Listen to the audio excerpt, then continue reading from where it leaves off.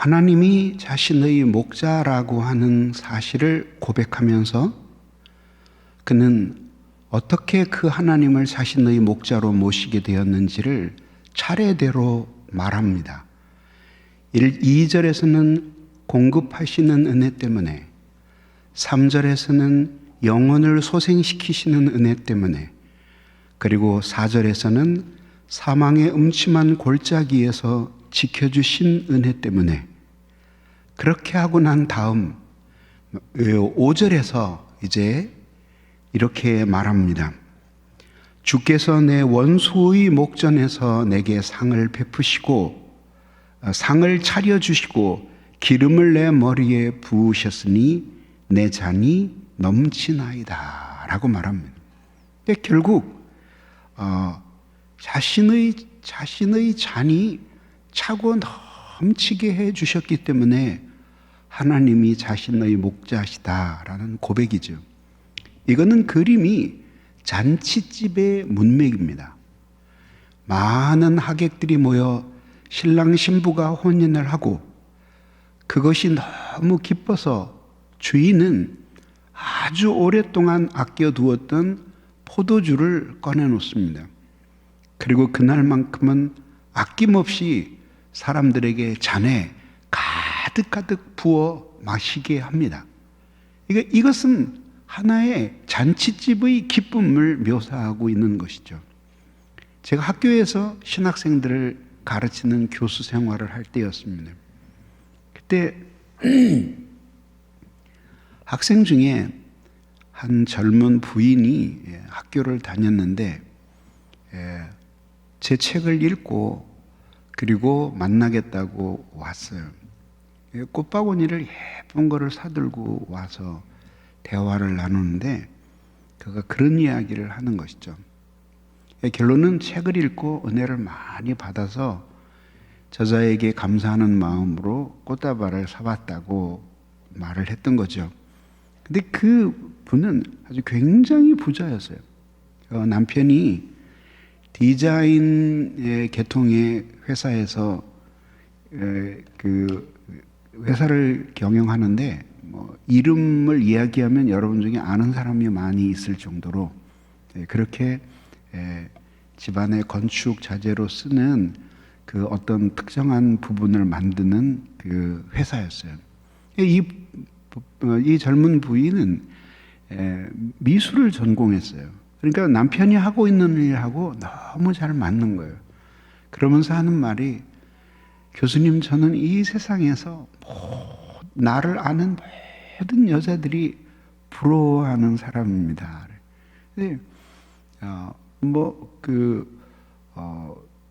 남편이 워낙 부자고, 부자인데, 부자들은 되게 사업하느라고 바빠서 가정을 잘 돌아보질 않는데, 이거는 진짜 아내 바라보기예요. 그러니까 아내를 그렇게 사랑하고 자상하고, 그리고 이제 유럽에 출장 갈 일이 있으면은 아내와 꼭 동반해서 1년에 몇 번씩 나가서, 그래서 이제 최근의 디자인들을 보면서 아내에게 조언도 구하고 하면서 실제로 아내가 회사의 일을 많이 도와주었어요. 그리고 아이들도 아주 잘 자라고 아무 걱정이 없이 그렇게 행복한 사람인데, 딱 한 가지 자신에게 문제가 있다는 거죠. 그게 뭐냐면 이름도 알 수 없는 수많은 혹들이 매년 몸에서 수없이 생겨서 한 2, 3년에 한 번씩 수술을 해서 그걸 제거하지 않으면 안 되는, 병도 모르는 그런 문제들을 가지고 있는 거죠. 근데 그렇게 하면서 사는데 다른 사람은 자기를 너무나 부러워하고, 교회에서도 젊은 부부가 그렇게 부자인데 열심히 헌신하고 충성하니까 목사님이 얼마나 예뻐하시겠어요. 연세 드신 목사님이었는데 그렇게 엄격하신데, 하여튼 그들 부부를 향해서는 아주 봄바람 같으신 목사님이었대요. 한 번은 신방을 오셔서 자기 집을 말할 수 없이 그렇게 축복해 주시면서 말씀을 주시는데, 자기도 모르게 예배가 다 끝난 다음에 목사님을 붙들고 펑펑 울었대요.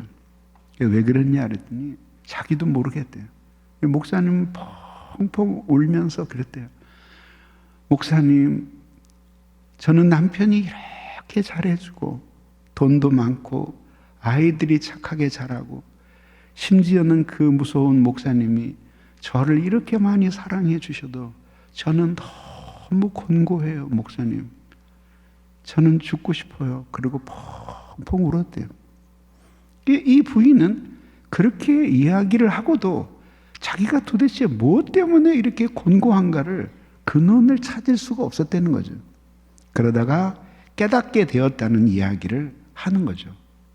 그럼 도대체 그렇게 모든 것을 가지고 있는 그 젊은 부인을 그렇게 신방을 갔는데 목사님을 붙들고 펑펑 우는 거는 쉽지 않잖아요. 그리고 그것도 또 다른 이유가 아니라 목사님이 저를 아무리 예뻐해 주셔도 저는 너무 곤고해요. 그리고 운다는 거는 어떻게 보면 목회자에게 있어서는 매우 불편한 광경이잖아요. 그걸 자기가 도대체 왜 그런지를 몰랐다는 거죠. 이게 도대체 무엇일까요? 우리 모든 사람에게는 모두 한 개씩 빈 잔이 있어요. 그 잔은 세상의 명예와 권세, 돈, 남편 사랑, 심지어는 목회자의 사랑으로 채워질 수 없는 거예요. 그것은 하나님이 모든 인간에게 주신 빈 잔이에요. 그거는 오직 하나님으로만 채워질 수 있는 것이에요. 그거를 느끼는 사람들이 있어요. 그래서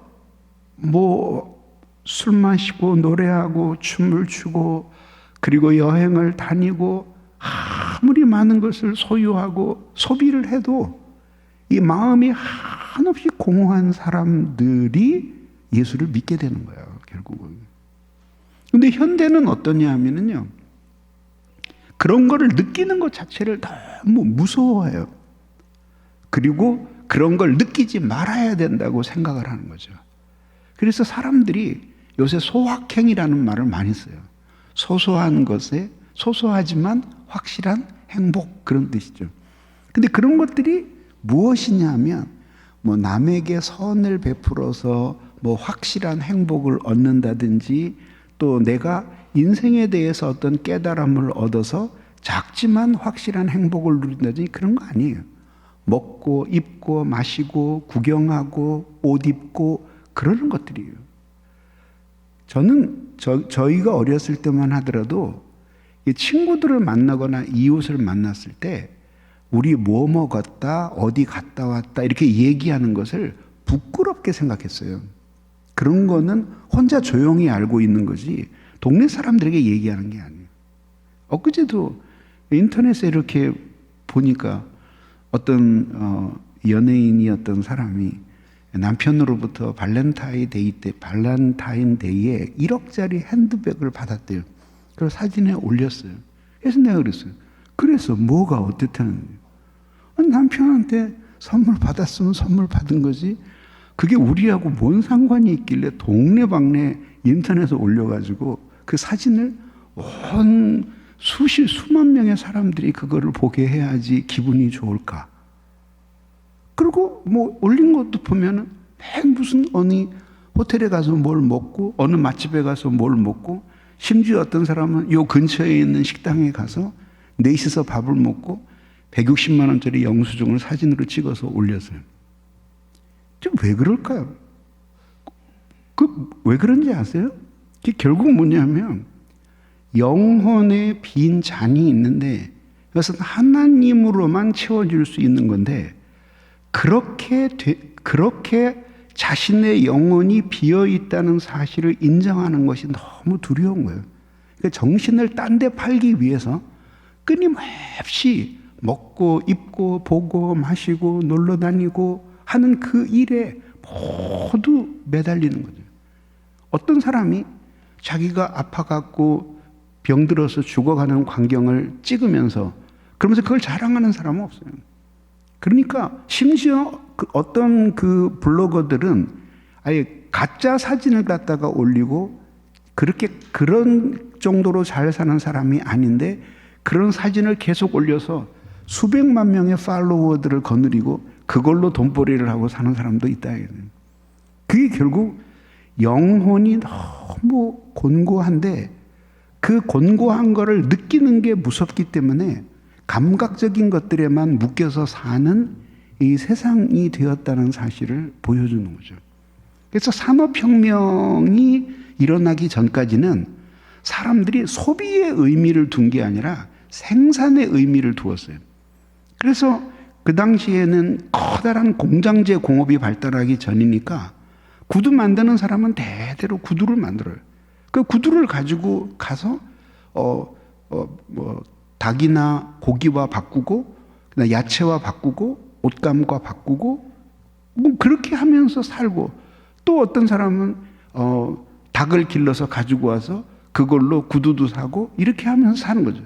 그러니까 무슨 커다란 그런 소비에 대한 욕구보다는 물자 자체도 없었지만, 그러니까 뭔가를 생산해내면서 이거 내가 만든 구두다, 그리고 내 기술이 정말 훌륭해, 이렇게 하는 걸 보람으로 느끼고 살았던 거예요.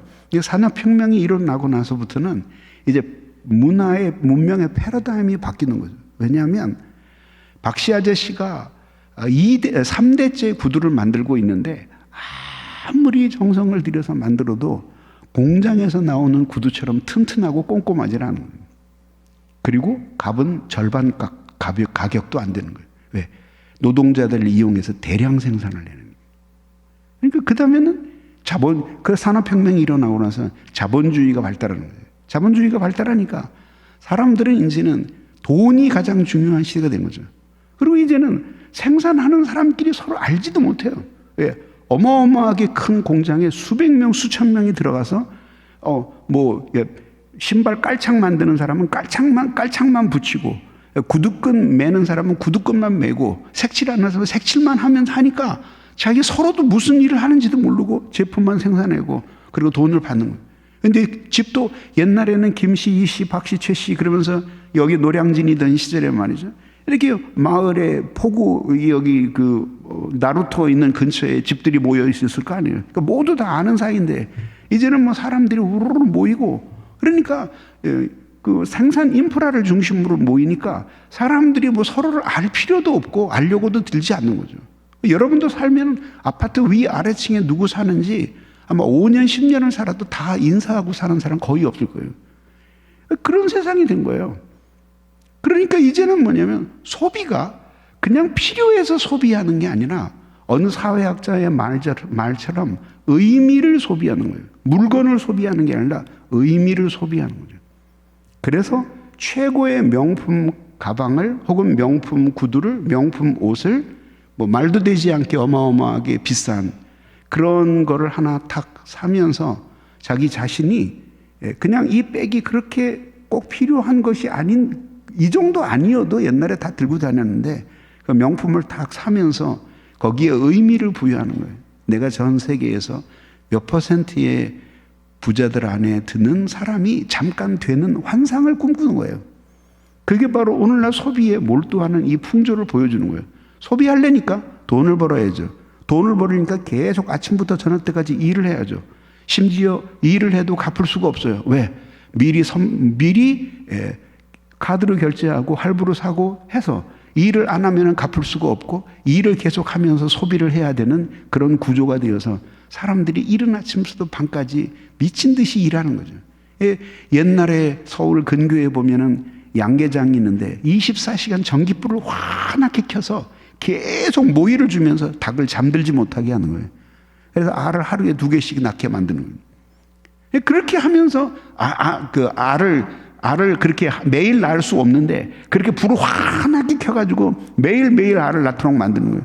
그러다가 그 다음에 나중에 폐계가 되면은 그냥 도계장에서 잡아가지고 싸구려로 팔리는 거예요.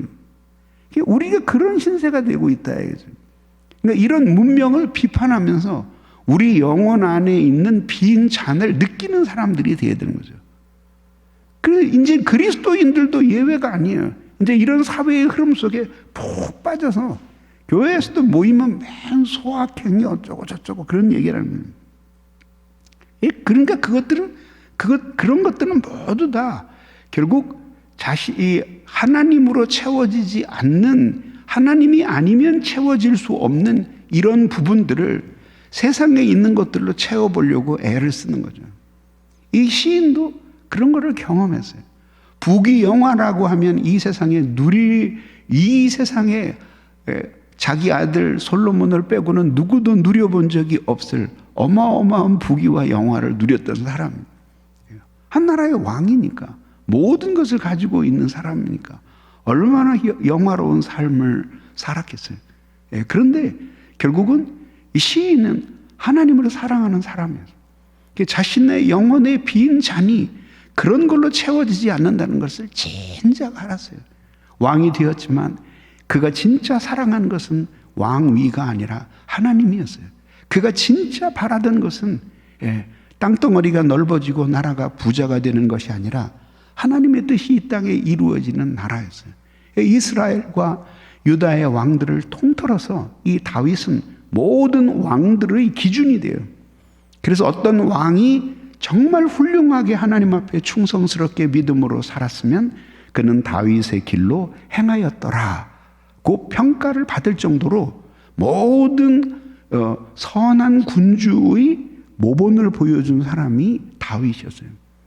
그러니까 이 사람이 하나님을 자신의 목자라고 하나님이 강요하신 것이 아니라 스스로 무릎을 꿇고 하나님은 나의 목사이십니다 라고 고백하지 않을 수 없었던 그 마지막 부분을 지금 보여주고 있는 거예요. 자신의 영혼의 빈잔이 가득 차는 것을 경험했어요. 이런 단어, 제가 지금 몇 개의 단어를 말할 테니까요, 최근에 6개월 동안에 이런 단어를 써본 적이 있는지 한번 생각해 보세요. 기쁨, 환희, 희열, 감격, 감동. 쉽지 않죠, 그죠? 더군다나 그러한 기쁨, 환희, 감격, 감동 이런 것이 아니라, 이런 것이 먹고 입고 쓰고 새로운 곳에 여행을 가는 것이 아니라 하나님 때문에 기쁨, 하나님 때문에 희열, 하나님 때문에 환희, 하나님 때문에 감격, 하나님 때문에 감동. 이런 것들을 우리들이 이런 말을 써본 지가 얼마나 드물어요. 근데 사실은 그리스도인의 삶의 핵심과 같은 것이 바로 이런 단어들을 많이 쓸 수밖에 없는 정신과 마음을 가지고 살아가는 것이 그리스도인의 정상적인 삶이에요. 그래서 그리스도인이 이 세상에서 명랑하게 살아야 돼요. 근데 먹고 입고 쓰고 마시는 그것들 때문에 명랑한 게 아니에요. 아니, 그것들을 제가 무시하거나 혹은 그런 것들을 무슨 죄악시하거나 그러자는 뜻이 아니에요. 그렇지 않아요. 예. 좋은 사람과 아름다운 곳에 가고 그리고 맛있는 음식을 먹고 너무너무 감사한 거죠. 누리세요. 그건 하나님이 우리에게 주신 특권이고 그리고 우리에게 주신 기쁨이에요. 그런데 문제는 그것 때문에 나의 영혼에 비어있는 잔을 느끼지 못할 정도로 그렇게 세상에 정신을 팔아버린 사람이 되어서는 안 된다. 그건 세상 사람들이 하는 거지 우리는 그렇게 하는 게 아니에요. 그 진정한 기쁨이 이 속에서 우러나오는 기쁨이라는 사실을 보여주는 거죠. 여러분들의 영혼의 빈 잔은 어떻습니까? 주님으로 가득 채워졌습니까? 신령한 것으로 가득 채워졌습니까? 말씀으로, 기도로, 그리고 성령의 은혜로 충만하게 채워져 있습니까? 그래서 누구도 함부로 할 수 없는 영혼의 깊은 샘이 솟아나서 그래서 끝없이 그 충만하게 넘치는 기쁨의 삶을 사는 것, 그게 그리스도인의 가장 중요한 사명이에요. 그래서 그리스도인이 이 세상에서 해야 할 가장 중요한 일은 만나는 모든 이웃에게 어쩜 저 사람은 저렇게 명랑할까? 그리고 어쩌면 저 사람은 저렇게 늘 행복할까? 어쩜 저 사람은 저렇게 기쁠까? 돈 때문인 줄 알았더니 나보다 가난해. 지위 때문인지 알았더니 나보다 더 별로 좋지 않은 직장에 다녀. 재산이 많은 줄 알았더니 뭐 그냥 전셋집에서 그냥 평범하게 살아. 그런데도 저렇게 기쁘다니 도대체 저 사람은 뒤에는 무엇이 있을까? 그게 정말 궁금하다라고 생각하게끔 만들어주는 것. 이게 그리스도인의 삶에 의한 선교예요. 그래서 언제나 환하게 웃으면서 이 안에서 생명의 기쁨을 누리는 사람들이 되어야 됩니다. 시인이 바로 그렇게 자신의 영혼에 빈 잔이 하나님의 사랑과 은혜로 가득 차고, 그리고 그것이 넘쳐오르는 잔치집의 분위기와 같은 그 기쁨을 느낀 거예요. 그러니까 잔치집만큼 기쁜 데가 어디 있어요? 그날은 누구도 다투지 않아요. 여러분 자녀들 시집장가 보내보아서 알겠지만은 그 좋은 사위, 좋은 며느리 얻어서 행복하게 결혼하는 그 모습을 볼 때 부모는 그날 안 먹어도 배가 부르고 아무 소식도 그날은 비극처럼 들리지 않는 거죠. 기쁨이 너무 크니까. 그러니까 그런 기쁨을 이 속에서 매일매일 느끼면서 살아가는 삶을 사는 것. 그게 그리스도인의 바람직한 삶이에요. 그래서 오늘부터라도 여러분들의 생각을 바꾸셔서 나의 사명은 명랑하게 사는 것.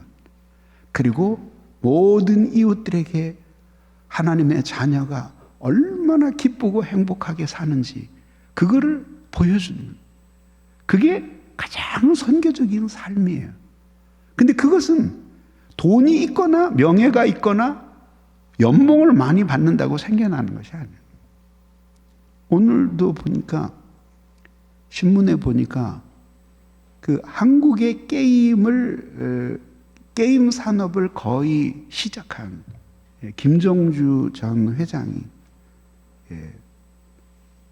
우울증으로 결국은 세상을 떠났어요. 뭐 아마 자살했겠죠, 그죠? 어마어마한 부자예요. 무슨 소용이 있어요, 그게? 이 마음 속에서 끊임없이 솟아나는 기쁨, 그거예요. 저희가 전도사 생활하던 교회 바로 근처에 이름만 대고 그룹 이름만 되면 여러분 모두 아는 그 그룹의 회장이 살고 계셨었어요. 근데 굉장히 집터가 커요. 그리고 시커먼 개들이 몇 마리가 있고 까만 양복을 입은 경호원들이 늘 그 집을 지켰어요. 오늘 신문에 났어요.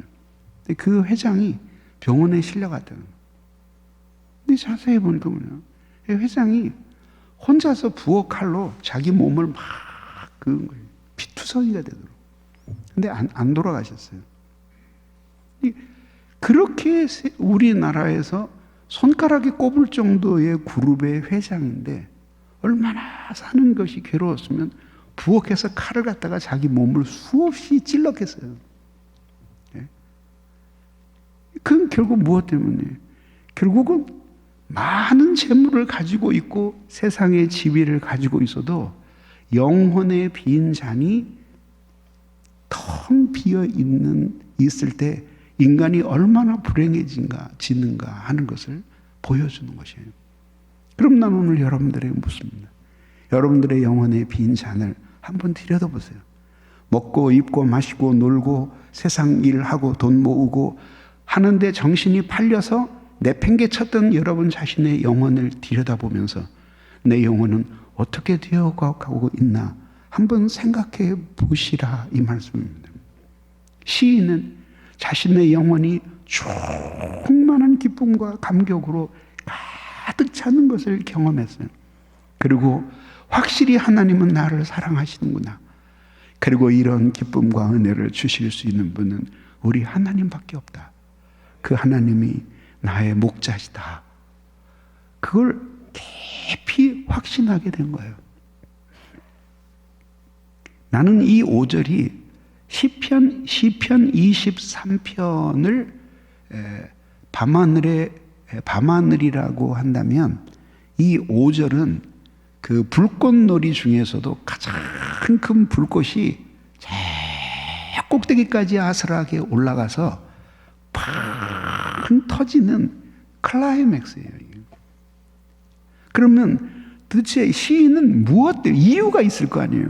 무엇 때문에 그렇게 마음이 말할 수 없는 기쁨과 감사로 그리고 사랑으로 충만하게 되어서 내 잔이 넘치나이다. 이제 더 이상의 기쁨은 제가 감당할 수 없습니다. 라고 할 정도의 그거를 무엇 때문에 그렇게 되었을까? 오늘 성경은 두 가지를 얘기해요. 주께서 내 머리에 기름을 부으시고 원수의 목전에서 내게 상을 차려주셨나이다. 두 가지 때문에 그런 거죠. 그럼 차례대로 살펴봅시다. 주께서 내 머리에 기름을 부으시고 했습니다. 구약에서 세 가지 직분이 있었습니다. 그 삼직이라고 하는데 그 세 가지 직분에 의해서 이스라엘 사회는 지탱되고 있었어요. 그게 왕과 선지자와 제사장이었어요. 먼저 왕은 하나님의 뜻을 세상에 실현하는 사람이었어요. 그리고 선지자는 하나님께로부터 말씀을 받아서 이스라엘 백성에게로 나와 계시를 전달해 주는 사람이었어요. 그리고 제사장은 반대로 백성들의 죄 많은 형편을 가지고 하나님 앞에 나아가서 그 백성들을 용서해 달라고 비는 사람이었어요. 근데 이 세 직분을 가진 사람들에 의해서 하나님의 뜻이 하늘에서 이루어진 것처럼 땅에서 이루어지도록 그렇게 왕이 나라를 다스리고 하나님의 말씀을 전해서 사람들에게 정신을 차리고 하나님을 사랑하게 만들고 제사를 드림으로 죄를 지었어도 아주 쓰러지지 않고 하나님 앞에 다시 용서받고 살아갈 수 있는 힘을 얻게 해주는 사람이 제사장이었어요. 그런데 이들이 정말 좋은 왕, 좋은 선지자, 좋은 제사장일 경우에는 자신이 하나님 앞에서는 종일 뿐이라고 하는 사실을 잊지 않았어요. 그래서 그들도 역시 똑같이 하나님을 사랑하고 영혼의 빈잔이 가득 채워진 채로 살아가야지만 그 사명을 감당할 수 있었어요. 그런데 이 세 종류의 사람에게는 공통점이 있었어요. 왜냐하면 이 일은 어느 일도 쉬운 일이 아니에요. 왕이나 선지자나 제사장이나 그냥 아무나 할 수 있는 일이 아니었어요. 그래서 하나님이 매우 특별한 사람들에게만 이 사명을 맡기셨어요. 그들의 자연적인 능력으로는 이 일을 수행할 수 없었기 때문에 하나님이 그들에게 기름을 부어주셨어요. 그래서 기름을 부을 때 성령이 임하셔서 그에게 놀라운 지혜와 능력을 함께 주셨어요. 그를 모든 불결로부터 정화시키시고 순수한 마음으로 하나님을 섬기게끔 만들어 주셨단 말이죠. 그런 기름 부음을 다윗도 받았어요. 왜냐하면 다윗이 왕이 되도록 하나님이 정하셨기 때문이에요. 그가 일생에 3번 기름 부음을 받습니다. 근데 그 3번 중에서도 가장 강력했던 것은 사무엘이 첫 번째로 기름을 부었던 그때였어요. 이새의 집안에서 이제 사무엘이 그를 점 찍어서 기름을 부을 때 성령의 충만함을 받았다고 했어요. 그래서 진짜 다윗이 하나님 앞에 그렇게 지혜로운 임금으로 훌륭하게 모든 임금의 기준이 될 정도로 순수하게 사역할 수 있었던 이유는 다윗 자신도 훌륭했지만 그거보다는 하나님이 기름 부음을 통해서 그에게 특별한 지혜와 능력 그리고 순결함을 주셨던 거예요. 그걸 죄 짓고 타락했을 때 그것을 잃어버리게 되었고, 그때 그는 말할 수 없이 고통을 받았어요. 그리고 너무너무 무서웠어요. 왜냐하면 전임자 사울이 하나님이 부으신 성령을 거두어 가실 때 거의 미치광이가 되고 비참하게 최후를 마치는 광경을 자기가 똑바로 보았기 때문이죠. 그래서 주의 성령을 거두지 말아 달라고 하나님 앞에 그렇게 부르짖었던 이유도 바로 그것 때문이에요. 구원의 기쁨이 사라지는 무시무시한 경험을 했어요. 진짜 지옥의 입구까지 갔던 사람이었어요. 거기서 회개하고 이 하나님의 은혜가 자신의 영혼의 빈잔을 가득 채운 채 살아가는 것, 떠나지 않고 성령이 자신 안에 계셔서 자기와 함께 해주시는 것이 얼마나 놀라운 행복의 조건인가 하는 것을 깨닫게 되었던 거예요. 그래서 여기서 나오는 기름은 구약에서 결국은 성령을 상징하는 거예요. 거의 예외 없이 이 성령을 상징하는 거예요. 그래서 기름을 붓는 그 행위는 하나님이 성령을 부으시는 광경을 상징화한 거예요. 그러니까 결국 요즘 말로 말하자면 하나님, 내 영혼의 빈잔이 가득 차서 말할 수 없는 환희와 희열과 감격 속에 제가 살고 있습니다. 왜냐하면 하나님이 나에게 성령을 부어주셨기 때문입니다. 아멘. 그 고백인 거예요. 우리말로 지금 바꾸자면. 저는요, 엄마 아빠는 예수를 안 믿으셨어요. 근데 저는 고모들이 예수를 믿으셨어요. 그래서 고모들하고 같이 살면서 저를 아기 때 업고 고모들이 너무 예뻐해서 우리 집안 전체에서 14년 만에 태어난 아들이 어린 아이였대요. 그런데 또 아들이었어요. 우리 집이 종갓집이거든요. 아버지는 독자예요. 그러니까 귀여움을 독차지했죠. 그래서 업혀서 교회를 다녔어요. 그 업혀서 다니던 그 교회에 한 45년 후에 그러니까 한 40년 후에 그 교회에 가서 설교를 했어요. 미아리 옛날에 공동묘지 있던 데 있는 교회예요. 근데 그때 이렇게 아주 어렸을 때인데도 이렇게 다는 기억이 안 나고 이렇게 창문 햇빛 비치던 광경 그게 그대로 생각이 나요. 근데 물론 교회당은 새로 지었지만은 그때의 그 모습이 뚜렷하게 기억이 나서 제가 그 설교를 하면서 너무 감격했던 기억이 나요. 그거 기어다니고 그저 한 2살, 3살, 4살, 5살 그 정도까지 다녔을까요? 그러니까 희미하게나마 기억이 있죠. 근데 그 교회 가서 설교를 했어요. 근데 어쨌든 그 후로부터 저는 교회를 떠난 적이 없어요. 중학교 2학년 때까지 교회를 다녔어요. 근데 중학교 2학년 때쯤 돼서 회의를 느끼기 시작했어요. 그때까지 제가 회심하지 못했어요. 그래서 여러분 자녀들의 회심을 위해서 부모들이 눈물로 기도해야 돼요. 부모가 자식에게 2가지만 해주면 모든 걸 해주는 거예요. 예수 사랑하게 만들어주고 교육시켜주면 거의 다 한 거예요. 근데 그게 쉽지 않아요. 그래서 자녀를 위해서 여러분들이 많이 기도해야 돼요. 아직 예수 안 믿는 자녀들 두신 부모들은 하나님 앞에 언젠가 되겠지 끝까지 안 믿는 애들도 있어요. 그러니까 작심을 하고 하나님 앞에 자녀의 회심을 위해 기도해야 돼요. 어쨌든 중학교 2학년까지 다녔어요.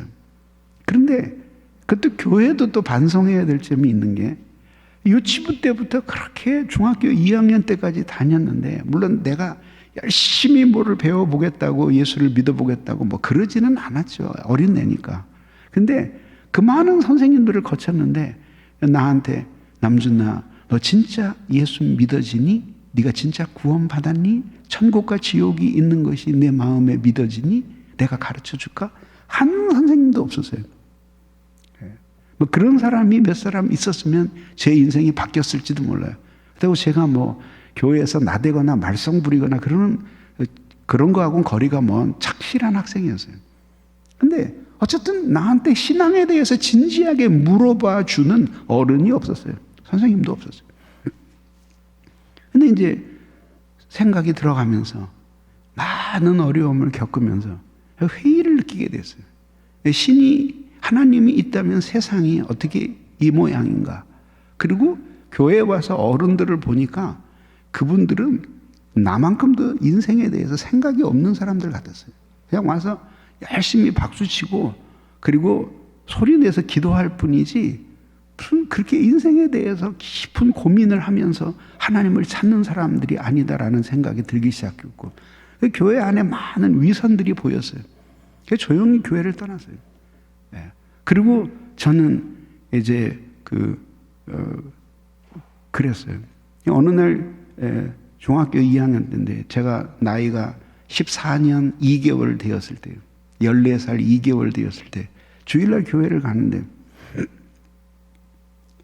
갑자기 서러운 생각이 확 밀려오는 거예요. 그래가지고 그 철뚝길을 따라서 이렇게 그 밑으로 쭉 걸어서 교회를 가는데 엎드려졌어요. 그리고 통곡을 하면서 울었어요. 얼마를 울었는지 몰라요, 혼자서. 그러다가는 이제 너무 추운 겨울이었어요. 눈물도 얼어버릴 정도로 추웠어요. 근데 눈물을 훔치면서 이제 일어났어요. 그리고 내가 결심했어요. 신은 없다. 나는 이제 무신론자가 될 거다. 그리고 하나님이 있다고 하더라도 내 인생에는 아무런 권한이 없다. 그리고 무신론을 선언하고 저는 이제 교회 안 나갔어요. 그리고 그때부터 이제 무신론적인 작품들을 읽으면서 나 나름대로 살 길을 찾은 거죠. 그렇게 6년의 세월을 보냈어요. 뭐 너무너무 고통스러운 순간들이었죠. 그러다가 결국은 이제 하나님을 그렇게 마음으로 부인하고, 그리고 제 동생이 지금 우리 교회 장로님인데 그렇게 착실하게 교회 다니는 동생을 매일 데리고 이야기를 해서 결국은 그도 신앙을 버리게 했어요. 나중에 제가 주님께 돌아오고 나서 제일 먼저 회개한 게 그거였어요. 그리고 열심히 다시 전도해가지고 예수 믿게 됐고, 그리고 교회 장로까지 됐어요. 이렇게 감사한 거죠. 근데 그렇게 하고 있다가 어느 해인데 엄청나게 아프고 하여튼 인생에서 너무 보기 힘든 어려운 일들을 많이 겪었어요.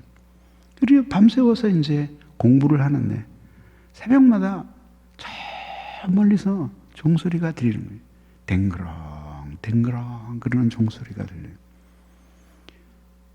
그럼 이제 바깥에 나가서 공부를 하다가 새벽에 나가서 낮에는 할 수가 없어요. 동네가 아주 너무 가난해서 매일 싸우고 피를 흘리고 사람들이 그렇게 아주 너무 험악한 동네에서 밖에 나가서 밤에 이렇게 보면서 담배를 한 대 피우는 거예요. 후 하고 피우면서 저 멀리서 종소리가 들리는 거예요.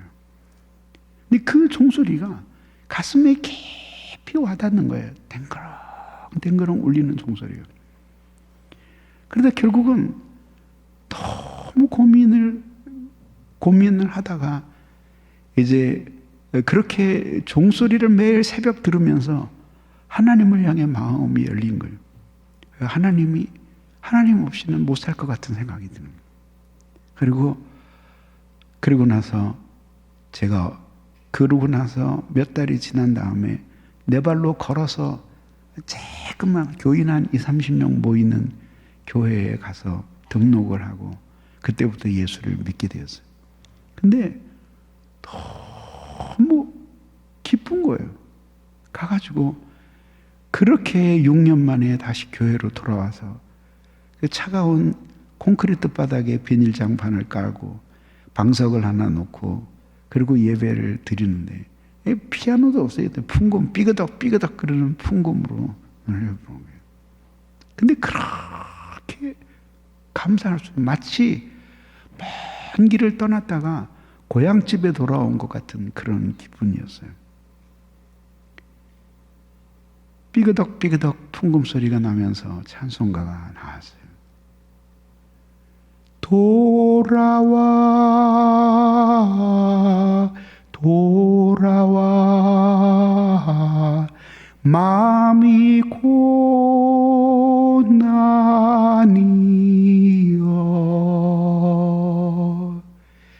길이 참 어둡고 험악하니 쭉 찬송가가 나옵니다.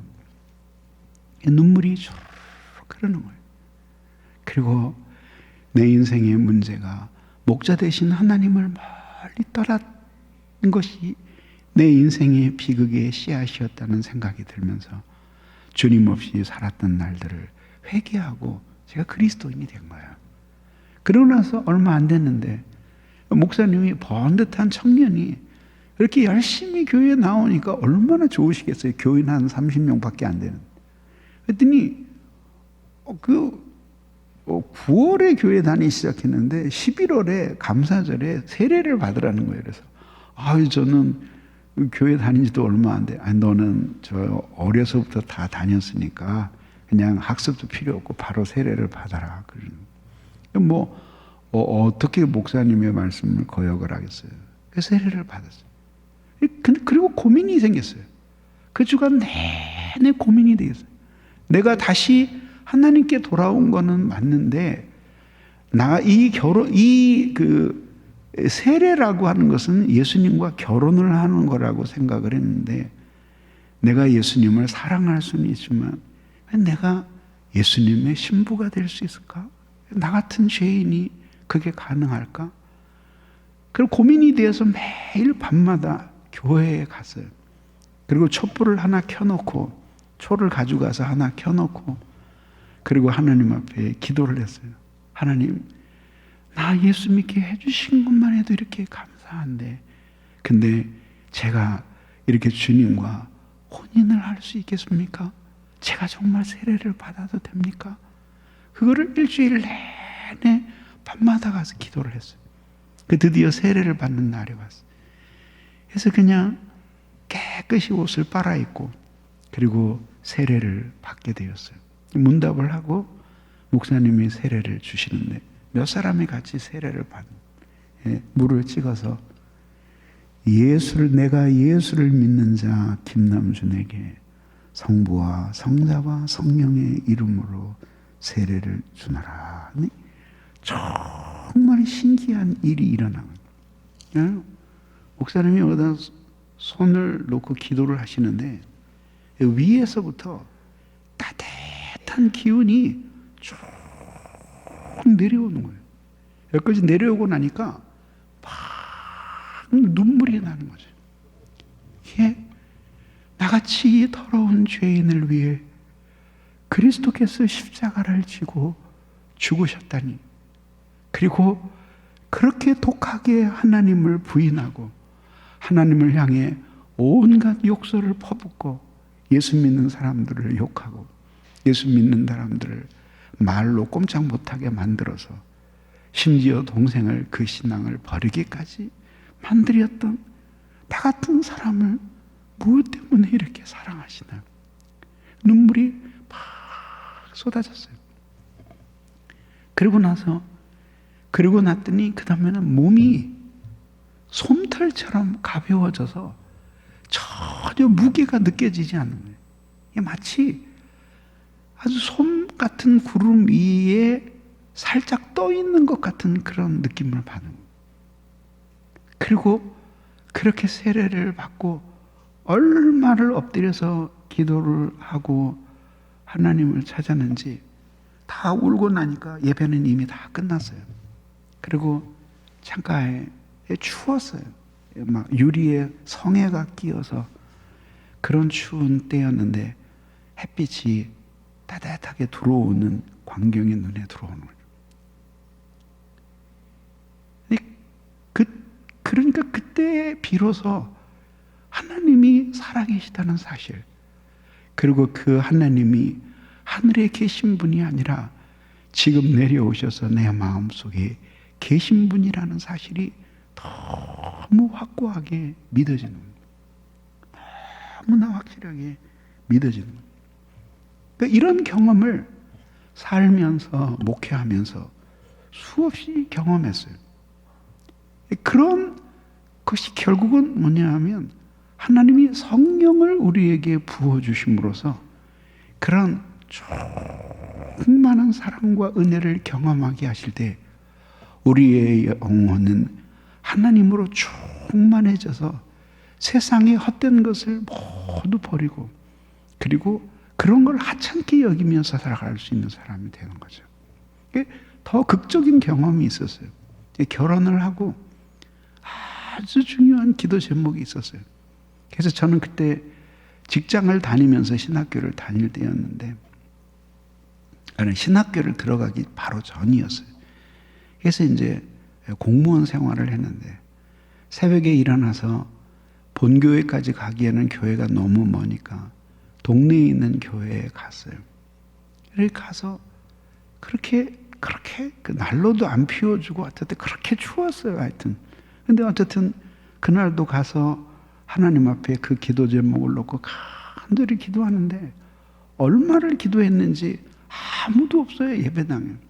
그리고 목사님도 저 앞에서 기도하시다가 집에 돌아가셨어요.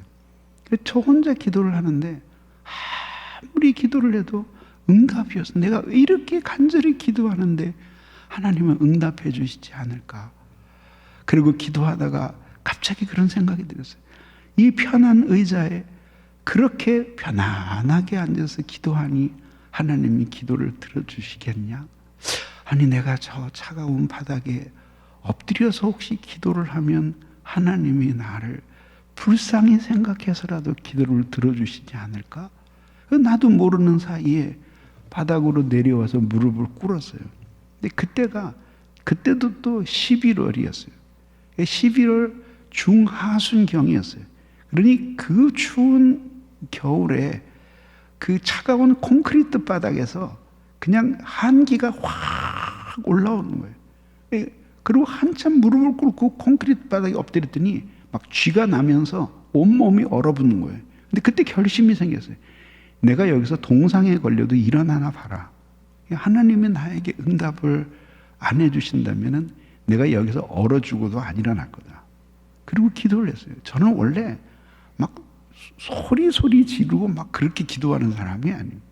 그냥 조용조용하게 기도해서 그날도 혼자서 조용조용히 기도를 하고 있었어요.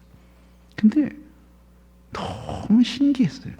이게 뭐냐면 내가 분명히 엎드려서 기도하는데 강대가 이렇게 보이는 거예요. 강대에서 축구공보다는 조금 작고 그냥 핸드볼 크기 정도 될까? 그거보다 약간 작을까? 하는 그만한 크기의 불덩어리가 날라오는 거예요. 아주 천천히 기도를 하면서 저게 날라오면은 나하고 딱 나한테 부딪힐 것 같은데 그러면서 어쨌든 기도를 하고 있는데 과연 그게 내 머리에 탁 부딪혔어요. 부딪히는 게 아니라 내 몸속으로 확 빨려 들어가는 듯한 느낌이 나면서 내가 여태까지 기도해 본 적이 없을 정도로 그렇게 열렬하게 소리를 지르며 눈물을 흘리며 부르짖었어요. 그게 저의 두 번째의 성령 체험이었어요. 기도를 하는데 막 간절히 기도를 하는데 갑자기 나 어디서 한 번도 들어보지 못했던 이상한 나란 말이 쏟아지는 거예요. 혼자서 조용히 기도하다 방언을 받은 거예요. 그 성령을 깊이 체험하고 나니까 내가 여태까지 기도하던 것들은 아무것도 아니라는 사실을 깨달았어요. 그까짓 게 뭐 이렇게 되든 저렇게 되든 뭐가 대수랴. 하나님이 이렇게 놀라운 분이었구나. 그 똑같이 역시 그렇게 오랫동안을 기도를 하다가 이제 출근할 시간이 된 것 같아서 일어나는데 이제 다리가 굳어서 일어날 수가 없어요. 근데 똑같이 새벽에 이렇게 성해가 잔뜩 꼈는데 붉은 그 아침 노을이 이렇게 창문을 두드리면서 들어오는 거예요. 근데 체험은 달랐는데 그때 마음은 똑같았어요. 세례 받을 때나 그 이후에나 똑같이 성령을 깊이 경험하고 나니까 뭐냐면 이 세상에 있는 모든 것들이 티끌과 같이 보여요. 그리고 오직 하나님 한 분이 보이시는 거예요. 그 하나님을 내가 소원이 있다면 그 하나님을 사랑하고 그 하나님을 위해서 무엇이라도 보탬이 되는 일을 하다가 죽고 싶다라는 마음이 든 거예요. 그 마음이 확 밀려오면서 그러면서 말할 수 없이 순수해지는 거예요. 그게 바로 그러니까 그때 나의 영혼의 빈 잔이 가득 차는 걸 경험했어요. 그 기쁨과 감격을 주체할 수가 없어요. 몸은 깃털처럼 가볍고 교회에서 그렇게 다리에 쥐가 날 정도로 엎드려 있었는데 그 다리를 끌고 나오는 그 골목이 그렇게 아름다울 수가 없고 길과 집과 모든 것들이 다 새로운 것으로 보였어요. 그리고 하나님이 창조하신 이 세계는 얼마나 아름다운가. 그리고 나는 하나님 앞에 얼마나 소중한 사람인가. 그리고 하나님이 진작에 이 세상을 하직할 수밖에 없는 나 같은 사람을 그렇게 무신론에서 구원해내서 하나님을 사랑하게 만들고 그 하나님이 나를 기억하고 지금도 내 마음에 와 계시다는 사실이 말할 수 없이 감격스럽죠. 기쁨의 눈물을 흘리며 집으로 돌아가죠. 그 시인이 바로 이걸 경험한 거예요. 기름으로 자기의 머리에 바르시면서 자기를 고귀한 일꾼으로 선택해 주시고 동시에 충만한 성령을 부어주셔서 하나님의 사랑으로 자기의 마음을 가득 채우실 때 환희, 기쁨, 감격, 은혜, 감동 모든 충만함이 넘쳐서 결국 하나님밖에 자신의 마음을 가득 채우는 것이 없었던 것이에요. 결국 그 경험을 하고 나니까 하나님 이외에 내가 의지할 분이 없구나. 나의 양떼들이 나를 의지하며 나에게 자기 자신을 다 맡기고 편안히 쉬었던 것처럼 내가 의지할 분은 하나님 한 분밖에 없구나. 주는 나를 기르시는 목자요, 나는 당신의 양입니다. 그 사실을 고백하고 나니까 이제 모든 것을 잃어버려도 하나님 없이 살 수 없는 다윗이 된 거예요. 그걸 지금 이런 방식으로 고백을 하고 있는 거예요. 여러분, 성령의 은혜를 받으신 지가 언제입니까? 말할 수 없는 통곡과 눈물로 회개하던 때가 언제입니까? 말할 수 없는 은혜와 감격 속에서 충만한 기쁨을 누리던 때가 언제였습니까? 하나님의 사랑, 하나님의 은혜 언제였습니까? 그래서 살아있는 것이 이토록 감사하고 내가 주님을 알고 그리스도께서 나를 위해 십자가에 못 박히시고 그 피로 내 죄를 씻어주신 그 은혜가 너무 감격스러워서 이 세상에 있는 모든 것이 티끌처럼 보이고 목숨 다하는 날까지 예수 위에 하나님 위에 살고 싶었던 날이 그런 감격을 경험한 적이 언제였습니까? 기쁨의 눈물을 언제 흘리셨습니까? 내 같은 죄인이 이렇게 하나님의 사랑을 받아도 되나 하면서 감격에 찬 예배를 드리던 때가 언제였습니까? 이것이 없기 때문에 우리의 신앙생활은 건조하고 우리의 인생은 힘겹고 가진 것에 감사할 줄 모르고 그리고 하나님 앞에 무의도식을 하면서 우리의 인생의 시간을 보내고 있는 것입니다. 한 번 가면 오지 않는 인생입니다.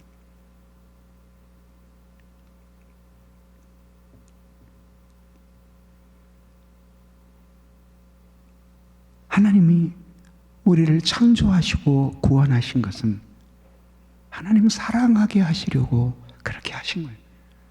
그리고 여러분도 이미 오래도록 신앙생활 하셨으니까 한번 과거를 돌아보세요. 정말 기뻤던 때가 언제였습니까? 집 새로 장만할 때 그 기쁨이 얼마나 가던가요? 뭐 한 1년 가던가요? 2년쯤 지나면 집이 좁아 보이기 시작하죠. 새로 차를 샀을 때 한 2-3달 행복하던가요? 세상이 주는 기쁨은 언제나 유한하고 효용기간이 있습니다. 그것들은 우리의 영원한 기쁨이 될 수 없고 우리의 영혼에 비어있는 잔을 채워주지 못해요. 우리의 영혼의 빈 잔을 채워줄 수 있는 것은 오직 하나님밖에 없는 줄 알고 그 하나님을 믿고 사랑하기 위해 성령의 충만함을 받는 여러분들이 되시기를 예수님의 이름으로 축원합니다. 자, 그러면 이제 또 한 가지 시인의 영혼의 빈잔을 가득 채우게 했던 또 다른 이유가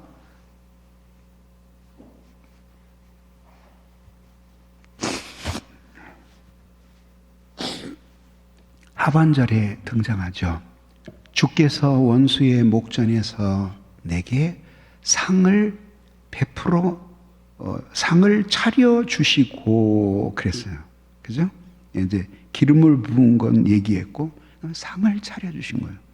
이 상이라는 단어는 원래 이 성경에 쓰여진 히브리어 성경에 슐한이라고 되어 있어요.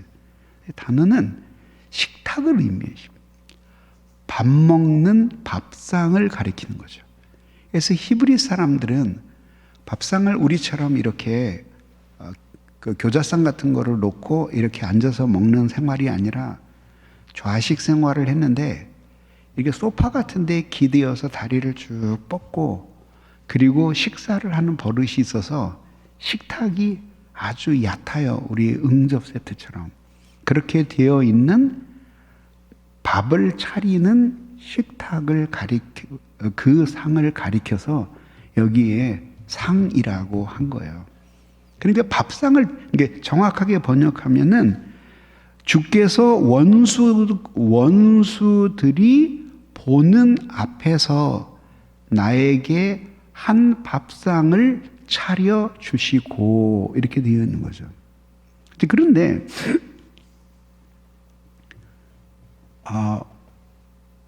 아주 오래됐죠. 교회를 개척하고 얼마 안 됐을 때니까.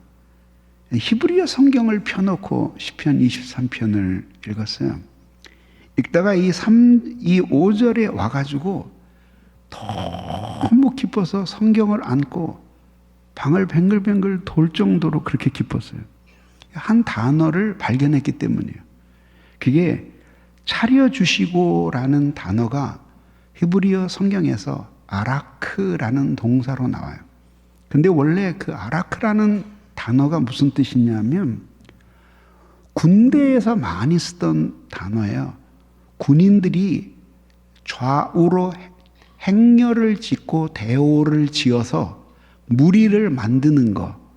질서정연하게 군대들이 정돈하는 거를 아라크라고 불렀고 어떤 물건 같은 것을 여러 개를 이렇게 진열하는 것을 아라크라고 불렀어요. 결국은 이 밥상도 여러 종류잖아요. 밥상도 여러 종류인데 그 밥상 중에서도 어떤 밥상인지를 이 단어가 암시하는 거예요. 딸이 하나 있는데 하여튼 엄마 보기에 하여튼 속을 들이들이 세게 해요. 그러더니 시집을 가겠대. 그래서 엄마가 옳았구나, 잘됐다. 아유, 저 녀석 얼른 치워버려야지. 그런데 사위 될 사람이라 그러고 데려왔는데 기대를 잔뜩 했는데 아무리 봐도 아닌 사람을 데리고 온 거예요. 이리 뜯어보고 저리 뜯어보아도 뭐 인물부터 시작해서 학벌부터 시작해서 신앙까지 재산까지 뭐 심지어 성품까지 뭐 몇 시간, 한두 시간 있으면서 이 얘기 저 얘기 건네보는데 영 아닌 거예요. 그래서 딸한테 가지 마라. 그 사람은 아무래도 아닌 것 같다. 그리고 남편하고 둘이 얘기를 했는데 이미 푹 빠졌어요. 저 남자 아니면 자기는 죽어버리겠다는 거예요. 이거 그래가지고 결국 고집을 써서 장가를 가는데 결혼식 날이 됐는데도 하나도 안 기쁜 거예요. 그리고 결혼식을 하고 그리고 이제 신혼여행을 떠났어요. 그리고 이제 신혼여행이 끝나고 그리고 돌아왔어요. 그래서 아침에 전화를 이제 그 전날 전화를 온 거야. 엄마 신혼여행 잘 갔다 왔어요. 엄마는 심드렁해요. 그래. 엄마 우리 내일 점심때 인사하러 갈게. 그래. 엄마 맛있는 거 차려줄 거지? 올 테면 와라. 그리고 전화를 툭 끊었어요. 아침에 일어나니까 남편이 우리 밥 먹자. 그런데 엄마 집에 가면은 엄청 많이 차려놨을 텐데 뭘 밥을 지금 또 아침을 먹어. 귀찮은데 좀 참았다가 우리 가서 점심 맛있게 먹자. 그리고 이제 그 남편 된 사람을 데리고 이제 뭐 선물 하나를 들고 그리고 이제 한복을 입고 온 거예요. 이게 자기는 올 때는 다 이렇게 그림을 그린 거예요. 뭐 이렇게 가면은 벌써 대문에서부터 지지고 볶는 소리가 들리고 엄마 혼자 도저히 못하니까 이모 두 사람 불러다가 전을 부치고 고기를 굽고 난리가 났을 거라고 생각했는데 조용해요. 문을 열고 들었더니 문도 열려 있어요. 그리고 가보니까 아빠는 없고 엄마 혼자 베개 비고 자는 거예요. 그래서 엄마 우리 왔어. 그러니까 누구? 그러니까 딸. 그러니까 그래. 절 받으세요 장모님. 그러니까 절은 뭘 그래도 받으세요. 그리고 이제 우리 결혼했습니다. 그리고 이제 절을 하는 거예요. 그래 앉게요. 엄마 그래 딸이 좀 이상해요. 뭐 음식 냄새가 나야 되나 아무 소리도 아무도 없어요. 그래서 엄마 우리 너무 배고파. 우리 밥 줄 거지? 그럼 줘야지. 엄마 얼른 밥 차려줘. 그러니까 그래. 근데 엄마가 밖에 나가더니 부엌에 나가더니 1분 만에 차려가지고 들어왔어요. 그래서 뭔가 이렇게 봤더니 그 아침에 그 먹던 밥에다가 두 그릇에다가 그 남은 밥에다가 물을 잔뜩 부어가지고 그리고 그 다음에 젓가락하고 숟가락 놓고 반찬 하나가 있는데 수많은 젓가락의 공격을 받은 흔적이 있는 고추장 종지 하나를 놔가지고 구석회가 이렇게 떨어져 나간 나무 조금 동그란 나무 다 망가진 나무 밥상에다가 차려가지고 와가지고는 사위한테 먹게 그리고 탁 놓는데 물이 찍 하고 쏟아졌어요. 그 무슨 뜻이에요? 밥상이 말해주고 있는 거예요. 난 네가 싫어. 너 왜 우리 집에 장가 왔니? 딸 나는 너도 싫어. 난 네가 결혼한 게 하나도 안 반가워. 그걸 밥상이 말해주고 있는 거죠. 저는 교인이 1000명이 모일 때까지는 등록한 모든 교인을 아내와 함께 신방을 했어요. 1000명이 넘으니까 월요일부터 토요일까지 따라다녀도 도저히 신방을 할 수가 없는 거예요. 포기했어요. 근데 저는 그 신방을 뭐 지금도 조금은 하지만은 신방을 할 때 제일 부담스러운 게 집에서 뭘 차린다 그러는 게 너무 부담스러워요. 왜냐하면 주부들이 얼마나 힘든 거를 제가 알거든요. 그냥 갈비탕이나 뭐 그런 거 하나 그냥 밖에서 먹고 집에 가서 예배 드리면 되는데 그거를 막 음식을 한다 그러니 그게 얼마나 힘들겠어요. 그래서 저는 그 집에서 그렇게 음식하는 거를 만류해요. 그런데 한 20여 년 전이었는데요. 어느 50대 초반의 부인이 꽤 먼 곳에 사시는 분인데 우리 교회 와서 은혜를 많이 받으시고 제 인생이 바뀌었어요. 근데 그분이 부교역자를 통해서 아주 정중하게 요청을 하는 거예요. 아이가 목사님을 꼭 한번 모시고 식사를 했으면 좋겠는데 좀 신방을 와주시면 안 됩니까? 그렇게 얘기를 하는데 뭐 안 갈 일이 뭐가 있겠어요. 그러면 가겠다 그래라. 그 대신 집에서 밥은 하지 말라 그래라. 그 다음 주에 목사님 그래도 집에서 하겠답니다. 그러니까 하지 말라 그래라. 그리고 그냥 바깥에서 먹고 집에 가서 예배드리고 신방하고 차 한 잔 마시고 살았더니 절대로 집에서 밥을 해야 되겠답니다. 그럼 뭐 할 것만 할 거는 내버려 둬라. 그리고 이제 그 집을 드디어 신방을 갔어요. 그리고 이제 은혜를 받았으니까 온 가족이 예배를 기다리고 있었죠. 그래서 은혜롭게 예배를 인도했어요. 그러니까 뭐 그렇게 와서 은혜를 많이 받고 말씀대로 사니까 저도 너무 힘든 일을 많이 겪은 가정이니까 마음껏 축복을 했죠. 그랬더니 밥상이 들어오는 거예요. 그 다음에 밥상이 들어오는데 밥상을 요즘은 제가 그런 교자상을 본 적이 없어요. 그거를 3명이서 들고 들어오는데 하여튼 이 젓가락이 손을 뻗어도 이 상 끝에까지 안 가는 그런 크기의 상에다가 다 다른 반찬을 가득 채워가지고 왔어요. 그래서 제가 그랬어요. 아니 뭘 이렇게 힘든데 차리느냐 그러더니 15일 전부터 그 상을 준비했대요. 15일 전부터 계획을 세워서 김치를 담그고 뭐 그다음에 열흘 전에 김치를 담그고 뭘 담그고 이렇게 하고 그다음에 5일 전에 할 거, 3일 전에 할 거 다 이렇게 하고 마지막에 이제 그 전날 식자재를 사다가 그리고 너무 중요한 거는 아침에 가서 사다가 그다음에 그 자매들이 셋이서 그렇게 온 정성을 다해서 한 거예요. 그리고 이 밥상을 위해서 자기가 한 달 동안을 기도를 했다는 거예요. 그래서 내가 마음이 좀 상했어요. 아니 그렇게까지 할 필요가 뭐가 있냐 나 같은 사람한테. 이런 거 할 시간에 기도를 하고 성경이라도 한 줄 더 읽지. 그랬더니 이분이 마음이 상했어요. 목사님 기도도 했고 성경도 읽었거든요. 그러니까 얼른 드세요. 저는 지금도 그 밥상을 잊을 수가 없어요. 음식도 물론 맛있었지만은 눈물이 났어요. 어떻게 그거는 정성이 아니면 할 수 없는 거예요. 그 밥상하고 아까 그 밥상하고 비교를 해보세요. 이 밥상은 뭘 얘기해 주는 거예요? 당신은 너무 소중한 분입니다. 그리고 내 마음에 늘 사모하는 분입니다. 당신은 너무 소중한 분입니다.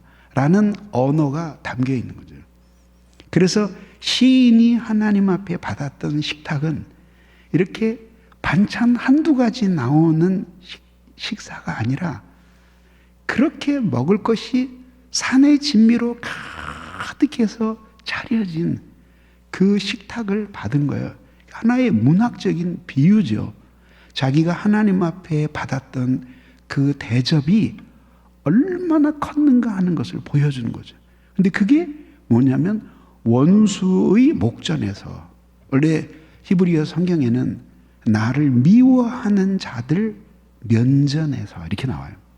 그러니까 다윗이 사실은 하나님 앞에 순결하게 살았지만 그가 그렇게 왕이 되고 그 다음에 나라를 물려받고 그 전쟁에서 이기고 그렇게 왕가를 세우는 이 모든 것을 시기하고 질투하는 대적들이 수없이 많았어요. 근데 하나님이 그 원수들이 보는 면전에서 그 상을 베풀어 주시는 거죠. 저 원수를 한 번에 없애버려 라고 생각했는데 큰 밥상을 놓고 그걸 차려주신 주인이 하나님이신 거예요. 그렇게 하나님 앞에 밥상을 받고 있는 이 시인을 보면서 원수들이 너무나 커다란 수치를 당하게 되는 광경을 보여주는 거예요. 근데 이 밥상을 받는다는 의미가 이게 서구 사람들은 이해하기 어려운 아주 독특한 의미를 가지고 있는 거예요. 동양적인 의미를 가지고 있는 거예요.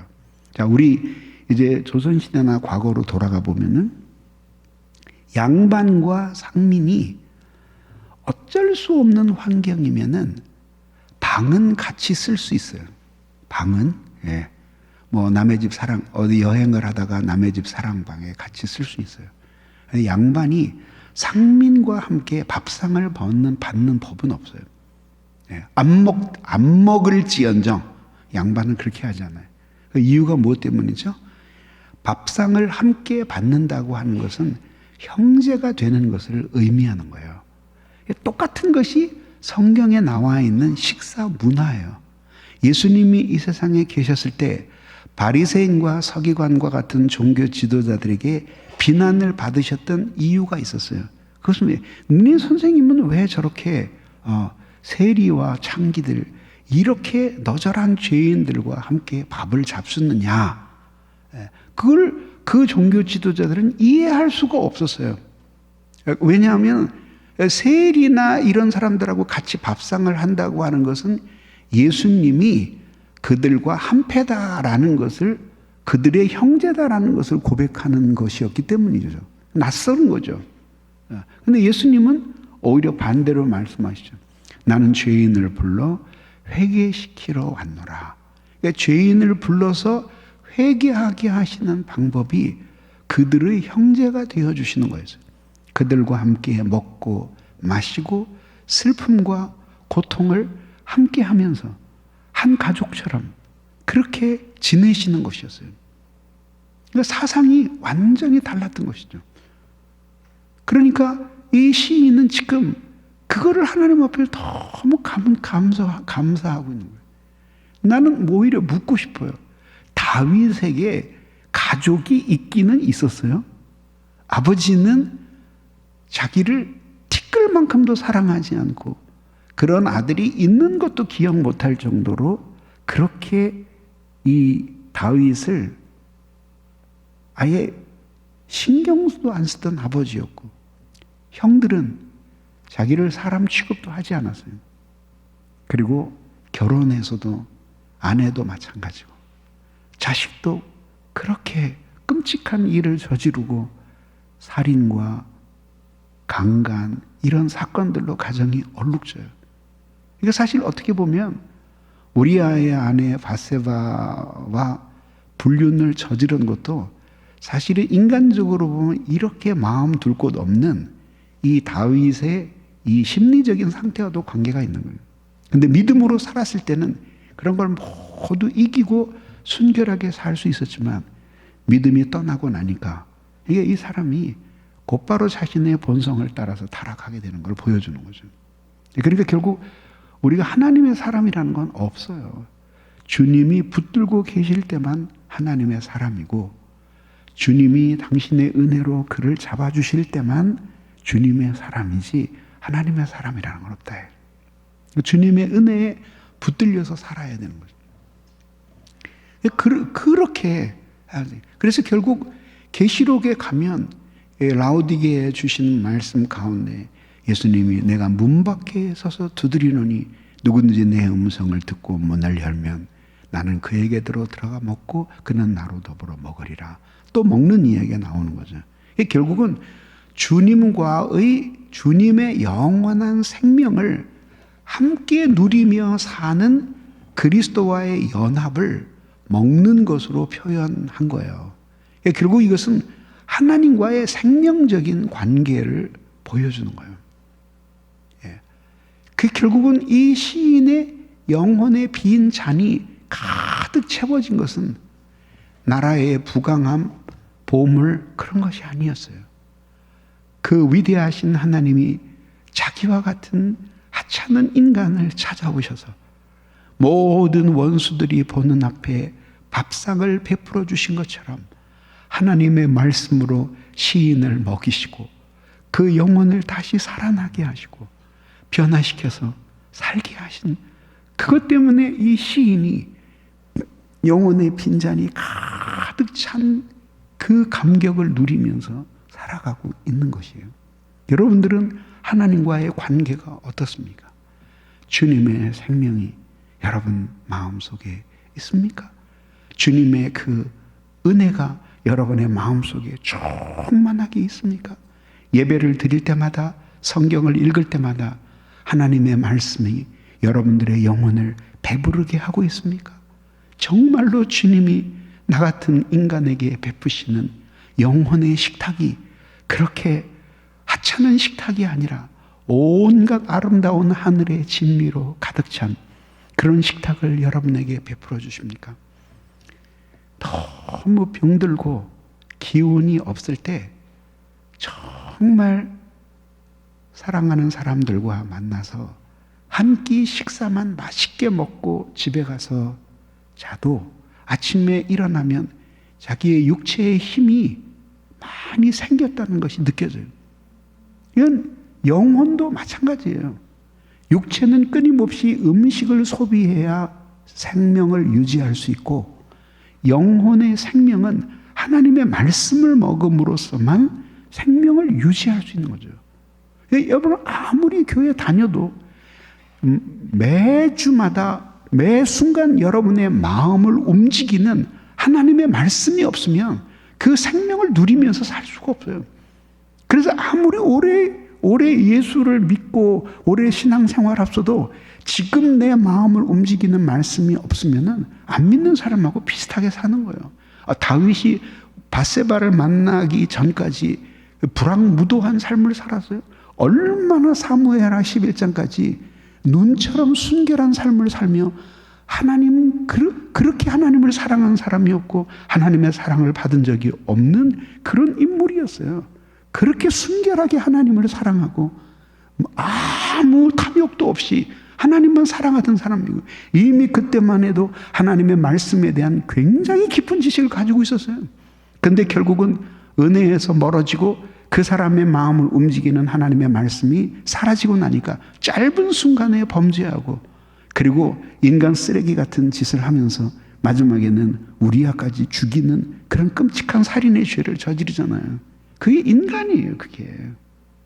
그걸 보면서 그만도 못한 우리는 얼마나 하나님의 말씀의 식탁을 받으며 그 말씀에 우리의 영혼이 생명을 얻어야 되겠는가 하는 것을 느끼게 되는 거죠.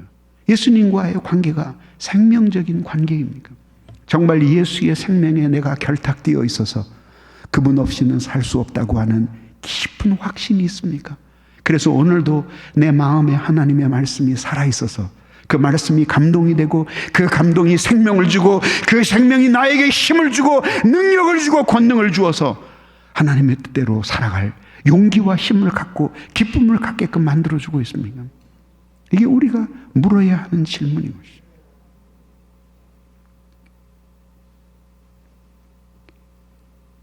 시인은 바로 그런 하나님의 은혜를 충만하게 누렸어요. 그래서 하나님의 말씀이 없으면 살 수 없는 사람처럼 그렇게 하나님의 말씀에 갈급한 사람이 되었습니다. 그리고 그는 그 말씀에 자신의 영혼이 빈장이 채워지는 것을 경험하면서 하나님 앞에 새로운 삶을 살게 되었던 것입니다. 이제는 도저히 하나님 이외에 자신에게 목자가 없으며, 그리고 그 목자 없이는 자신은 생명을 부지할 수 없는 사람이라는 사실을 새삼스럽게 깨닫게 되었습니다. 그리고 주님은 나의 목자시오, 나는 당신의 손에 한 어린 양이옵나이다. 그리고 절대적인 의미에서 하나님을 향한 온전한 의존의 마음을 가지고 살아갈 결심을 하게 되었던 것입니다. 자, 그러면 이제 요약을 해봅시다. 하나님은 나의 목자십니다. 왜냐하면 일용할 양식을 주시기 때문입니다. 왜냐하면 내 영혼을 소생시키시기 때문입니다. 왜냐하면 사망의 골짜기에서 나를 지켜주셨기 때문입니다. 왜냐하면 나의 영혼의 빈잔을 가득 채워주셨기 때문입니다. 아멘. 이 고백을 하고 있는 거예요. 그러면서 이제 두 번째 토막이 끝나고 마지막 6절이 등장해요. 이게 뭐냐면 내 평생의 선하심과 인자하심이 정녕 나를 따르니 내가 여호와의 집에 영원히 살리로다 라고 나옵니다. 결국 그렇게 하나님을 목자로 모시고 나니까 미래에 대한 모든 염려가 사라지는 거예요. 내 평생이라고 하는 것은 나의 살아있는 날 동안에 그 뜻이에요. 내 생명이 있는 날 동안에 하나님의 선하심과 인자하심이 반드시 나를 따르리니 라고 말합니다. 그래서 이게 아주 필연적인 어법이에요. 필연을 강조할 때 쓰는 어법이에요. 결코 예외가 있을 수 없다는 것을 힘주어 말하는 어법으로 원래 쓰여져 있어요. 그래서 이걸 이렇게 번역을 한 거예요. 네, 그게 뭐냐면 선하심과 인자하심. 하나님은 선하시기 때문에 하나님이 우리를 악하게 대하면 당신 자신에게 모순이에요. 그래서 하나님이 선한 거예요. 근데 그 하나님이 우리에게 악하게 느껴지는 이유는 우리가 그 선을 거스르는 욕망을 가지고 있기 때문이에요. 예. 그것이에요. 그래서 하나님이 하지 말라는 것을 할 때 불행해지는 것을 너무나 잘 아시기 때문에 하나님이 막으셔요. 그때 하나님이 악해 보이는 거예요. 사실은 하나님이 악한 것이 아니라 자신이 악한 거죠. 아이들을 교육할 때 어린아이 적에 원하는 모든 것을 달라고 하면 어떻게 돼 있어요? 집안에 그 어린아이가 하나 있었어요. 그날이 바로 그 떡국떡을 써는 날이었어요. 그 당시에 뭐 그렇게 집에서 다 썰었잖아요. 떡을 해가지고 와서 굳혀서. 근데 이 어린아이가 막 그 칼 좀 달라고 막 그렇게 울고불고 하는 거예요. 근데 안 된다고 그리고 썰었죠.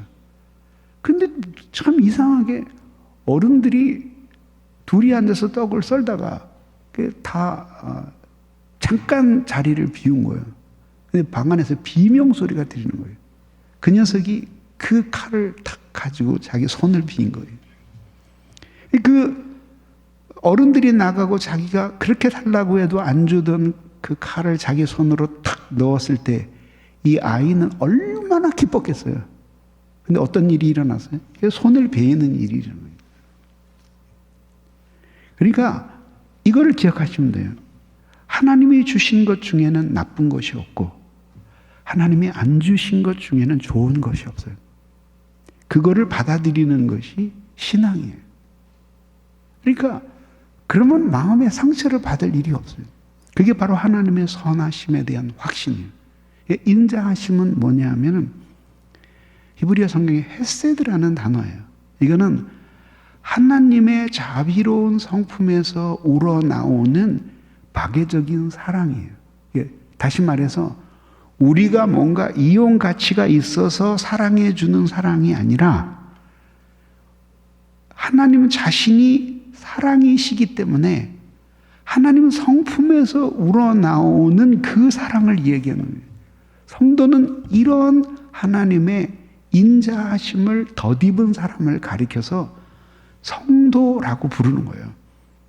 그 인자하심이 반드시 나를 따르리니 했어요. 그건 뭐냐면 자신이 어떻게 살든지 간에 결국은 마지막까지 하나님의 선하심과 인자하심이 따라와서 결국 자기를 굴복시키고야 마는 것을 보여주는 거죠. 그러니까 다윗이 하나님이 금하신 인구조사를 하고 우리아의 아내 밧세바를 간음하고 우리아를 살해하고 하는 그것은 하나님을 멀리 떠나는 일이었어요. 그런데 하나님의 선하심과 인자하심이 추격했어요. 미사일이 비행기를 따라가면서 격추시키듯이 다윗은 끊임없이 도망갔지만 하나님의 선하심과 인자하심은 따라왔어요. 결국은 그를 굴복시키고 회개시키고 그리고 그를 보호해주고 그렇게 해서 결국 우리가 하는 다윗이 될 수 있었고 오늘 그런 모든 인생의 굽이굽이 사연이 많은 길을 걸으면서도 마지막에 하나님은 나의 목자이십니다 라고 고백을 하게 만들어준 그것이 됐다. 미래에 대한 염려와 불안 모든 것들은 현재 하나님과의 인격적인 관계가 부실한 데서 오는 거죠.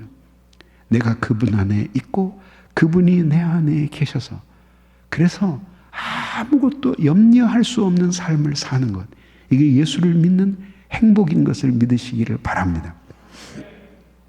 시간이 없어서 이제 그 다음으로 넘어가겠습니다. 마지막으로, 내가 여호와의 집에 영원히 살리로다 라고 나와요.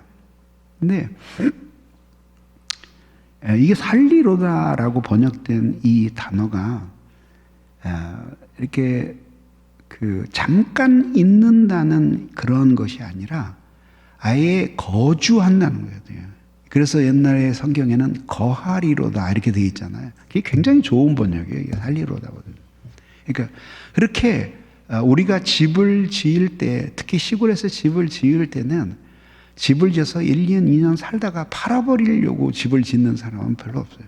거기에 이제 죽을 때까지 살겠다라는 마음으로 집을 짓는 거잖아요. 그렇게 그런 의미를 가진 단어예요. 근데 이제 뭐라 그러냐면 여호와의 집에 영원히 거하리로다. 근데 그 당시 여호와의 집이라는 게 뭐였어요? 이때는 아직 성전이 지어지기 전이었어요. 그래서 성막 시대였어요. 성막이라는 것이 이렇게 물돼지 가죽을 가지고 지붕을 씌워놓고 18평의 직사각형 방이 있어요. 텐트를 쳐서. 그래서 작은 방은 6평이고 큰 방은 12평이에요.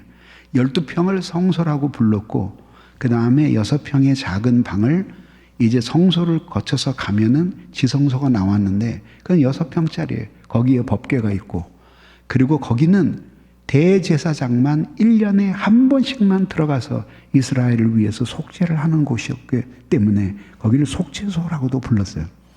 근데 그리고는 그 다음에 그 한편은 성소가 있는 거죠.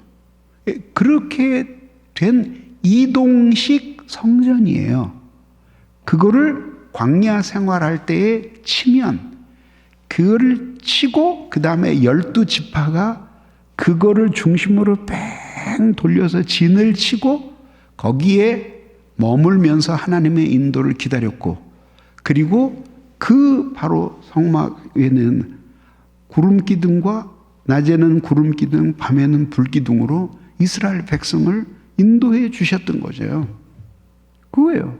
그럼 그 성막은 신약에서 뭘 의미하는 거겠어요? 당연히 교회죠, 교회. 그래서 이렇게 하나님을 목자로 모시고 산 사람이 미래를 어떻게 살 것인가 하는 것을 보여줘요. 그것은 뭐냐면 자신의 인생을 하나님께 온전히 맡기고 믿음으로 사는 거예요. 내가 하나님을 의지하며 살면 하나님은 나에게 선을 베푸시고 자비와 인자를 베푸실 것이라는 사실을 확신하면서 주님의 손에 자신의 인생을 맡기고, 주님이 기뻐하지 않을 것은 자기 인생에서 아예 계획을 하지 않고, 그래서 자신의 인생을 주님 앞에 모두 내어 맡기며 사는 삶이 그리스도인이에요. 무슨 일이 일어날지 우리가 어떻게 알겠어요? 오늘 죽을는지 내일 죽을는지, 그리고 무슨 일이 일어날지 우리는 한 치 앞도 내다볼 수 없는 삶을 살아요. 그러나 믿음이 있는 사람은 두려워하지 않아요. 왜? 하나님이 나의 목자이시기 때문에. 이제까지 인생의 먼 길을 하나님이 그렇게 세심하게 인도하셨던 것처럼 또한 앞으로도 인도해 주실 것이라는 사실을 굳게 믿기 때문에 두려워하지 않는 거예요. 그분께 모든 것을 맡기고 살아있는 오늘 하나님을 기뻐하며 즐거워하며 오늘의 분복을 누리며 행복하게 사는 것, 그것이 주님을 목자로 모시고 살아가는 사람의 행복인 것이에요. 여러분들이 그런 사람들이 되시기를 바랍니다.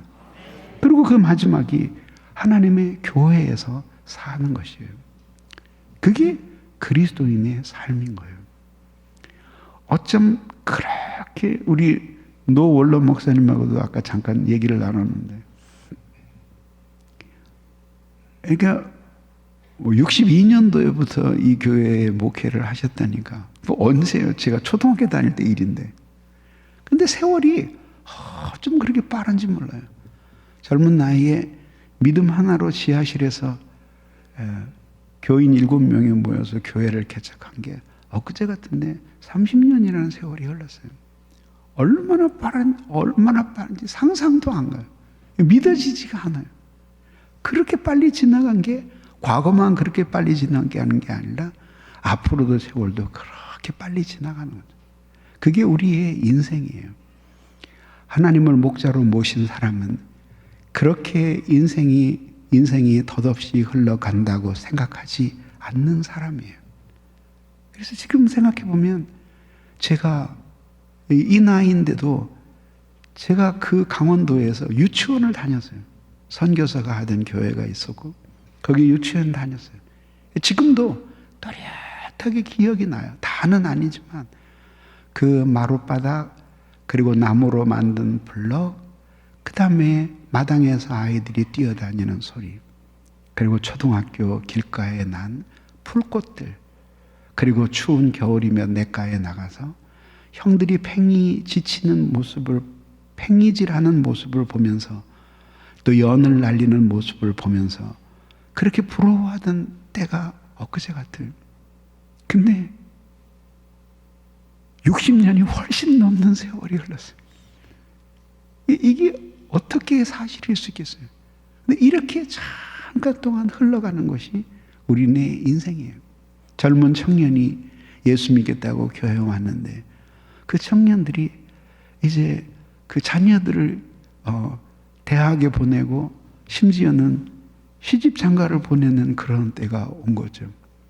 그 엄마 아빠를 세례를 주었는데 그 집에 아이를 세례를 주고 그리고 그 집에 아이들의 결혼 주례를 서고 그러면서 우리가 늙어가는 거죠. 주님을 목자로 모시고 사는 사람은 어떻게 될까요? 늙지 않을까요? 그런 게 어디 있어요? 흘러가는 거죠. 청년이 와서 장년이 되고 장년이 와서 노년이 되고 노년이 와서 죽음에 이르는 나이가 되고 그 사이에 뛰놀던 어린 아이들은 청년이 되고 청년은 장년이 되고 그 자녀가 또 자녀를 낳아요. 그래서 우리가 바라는 것은 하나님을 목자로 모신 다음에 이 세상에서 부귀와 영달을 바라는 것이 아니에요.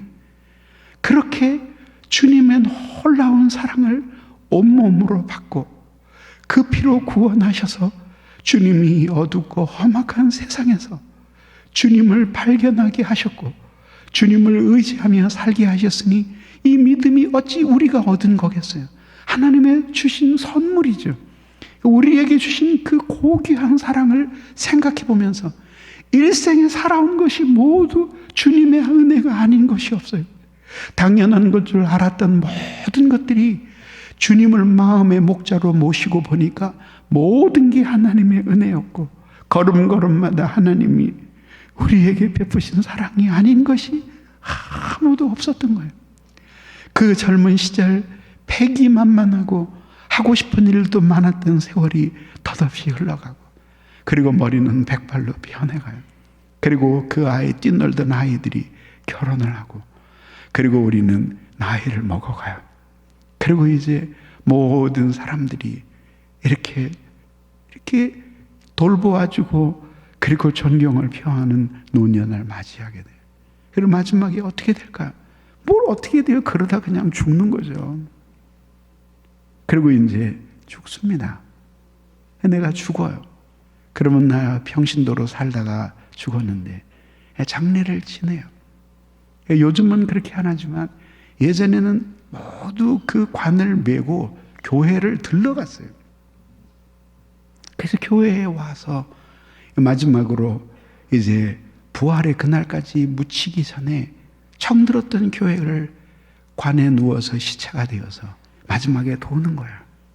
아름다운 예배당. 그리고 내 처음 예수 믿은 그 순간 저 자리에 앉아서 은혜를 받았었지.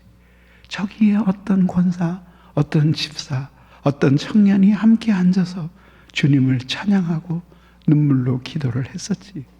이 사랑하는 교회는 우리가 모두 힘을 아파요.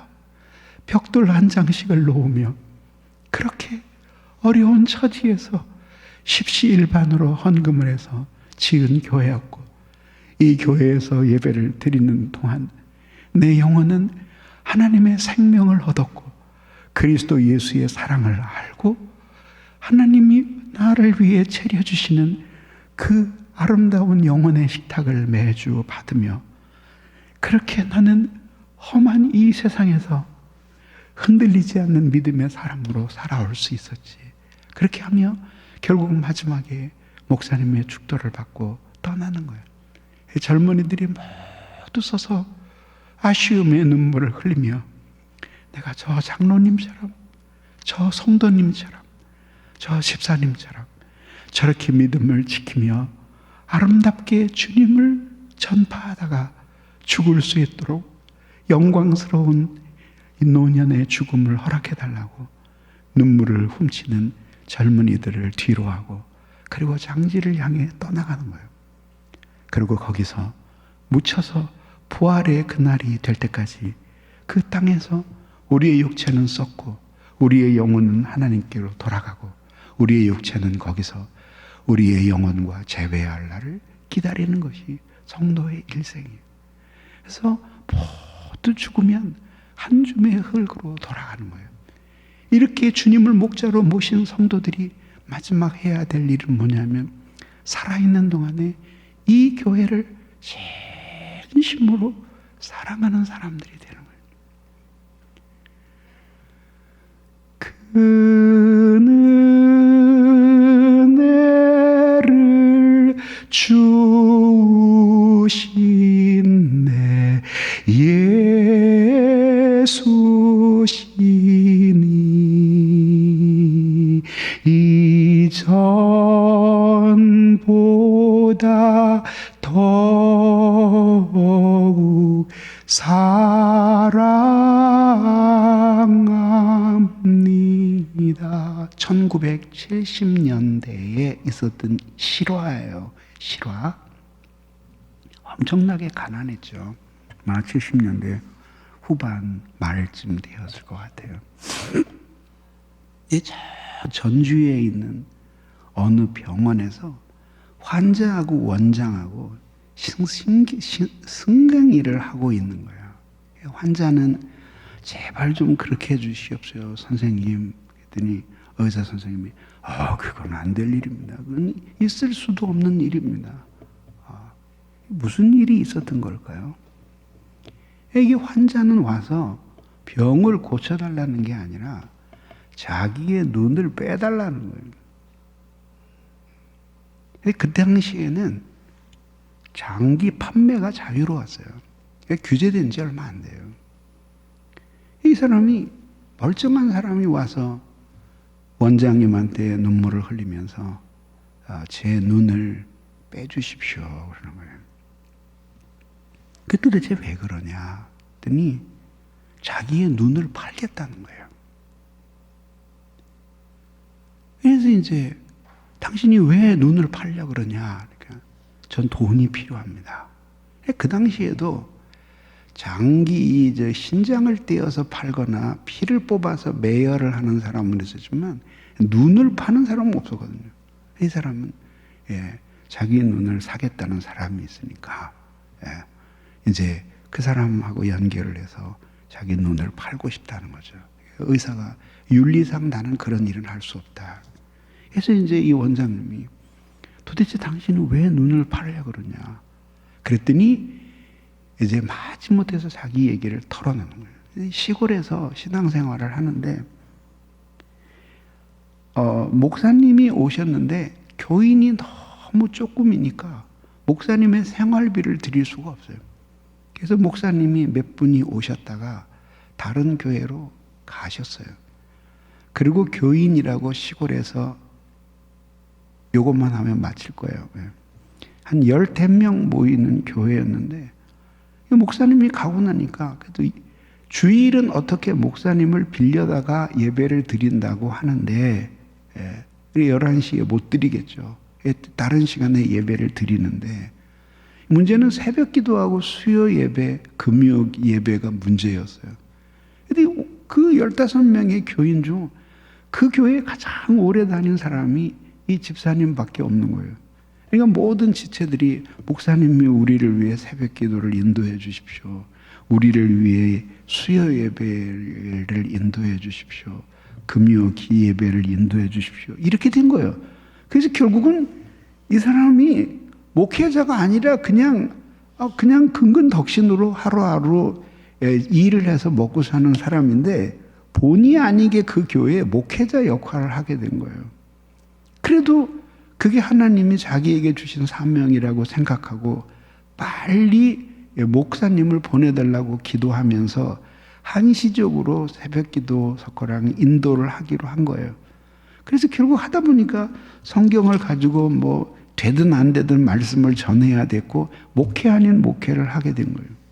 근데 어느 날 가만히 생각해 보니까 자기는 이렇게 따뜻한 집에서 그래도 이렇게 번듯한 집에서 이렇게 시골이지만 그래도 비를 피하고 이렇게 살고 있는데 하나님의 교회를 가보니까 너무 초라한 거예요. 다 쓰러져가는 판잣집 같이. 그러니까 이 집사님이 너무 마음이 아팠어요. 그래서 기도를 하다가 이 교회를 지어야 되겠다라는 마음이 든 거예요. 그래서 이제 교인들에게 얘기를 했더니 그게 말이 되냐고. 돈도 없는데 어떻게 교회를 짓냐고. 이게 집사님이 이제 설명을 했어요. 자, 우리가 한번 생각해 보자. 요 앞에 가면 개울이 있다. 개울 바닥을 파면 좋은 모래가 많이 나온다. 그 모래를 갖다가 시멘트를 사다가 내가 벽돌을 찍는 기계가 있으니까, 블럭 찍는 기계가 있으니까 그걸로 찍어서 교회를 짓고 우리 여러 교회에다가 우리 좀 도와달라고 부탁을 해서 그래서 교회당을 짓자. 근데 놀랍게 지체들이 마음을 바꾸어서 이 집사님의 제안에 설득이 된 거예요. 그래서 이제 그때부터 청년들이 열심히 낮에는 가서 일하고 밤에는 그 개울가에 가서 모래를 퍼다가 열심히 블럭을 찍어가지고 그래서 만들었어요. 돈이 없어서 이 교회 저 교회에 사정을 해서 조금씩 찬조를 받아가지고 이제 드디어 이제 건축을 하기 시작했어요. 그러니까 건축하는 사람을 부를 수 있는 돈도 없으니까 그냥 자기가 기초공사를 파고 블럭을 쌓고 그리고 위에는 이렇게 판자를 엮어서 루핑이라고 아세요? 그 종이에다가 콜타르를 먹여서 지붕재로 쓰던 것이 있어요. 비를 피하는 거죠. 그리고 루핑을 쳐서 그렇게 예배당을 만든 거예요. 그러고 보니까 그 옛날에 있었던 그 판잣집처럼 된 예배당하고는 비교도 안 되게 너무 좋은 거예요. 그리고 거기에다가 이제 나무를 사다가 못을 박아서 그래서 의자를 만들어 가지고 장의자를 이렇게 길게 해서 사람들이 앉아서 예배를 드리게 되었던 거죠.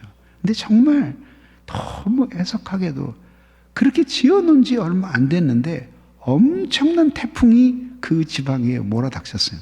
비가 어마어마하게 쏟아지고 어마어마한 폭풍이 일어서 가로수들이 전부 다 쓰러지고 부러지는 그런 일들이 일어나는데 어느 날 새벽 기도를 가보니까 예배당 지붕이 날아가 버린 거예요. 저기에 가서 박살이 나서 꽂혀 있고 예배당에는 물이 들어오고 쌓아 올렸던 그 블록도 한쪽이 무너져 버린 거예요.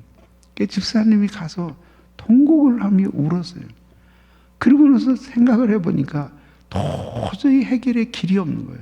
근데 언제 신문을 보니까 눈을 삽니다. 그리고 나오는 거예요.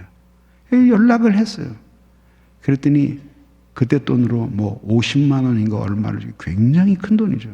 예. 그래서 그리고 이제 매일 기도를 하는 거예요. 근데 어느 날 남편이 며칠 동안을 말을 안 하더니 아내에게 물어보는 거예요. 여보, 나 사랑해? 그럼 사랑하지. 혹시 내가 불구가 되더라도 당신 나 데리고 살 거야? 그걸 말이라고 해. 그러면 됐다. 그리고 이제 아내에게 얘기하는 거예요. 여기서 이렇게 눈을 사겠다는 사람이 있는데 내 눈을 팔아서 이 교회를 다시 짓고 싶다는 거예요. 아내가 그거 얼른 가서 빼서 팔고 오시오. 그렇게 했어요? 그게 말이 되냐고. 집을 팔아서 건축 헌금을 했다는 사람은 봤어도 자기 눈을 빼서 건축 헌금을 했다는 사람은 보지는 안 된다고 그러는 거예요. 그러니까 남편이 한 일주일 동안을 벽을 보고 들어넣어서 밤마다 우는 거예요. 아내가 너무 괴로워서 그러면 당신 뜻대로 하라고. 그래서 이 양반이 그 병원에까지 찾아오게 된 거예요. 그 이야기를 듣던 원장님이 장로님이었어요. 그 얘기를 듣고 너무 슬퍼서 울었어요. 그리고 이제 방송을 해서 점심시간에 병원에 있는 꼭 필요한 사람들을 제외해 놓고 모두 예배실에 모이게 했어요.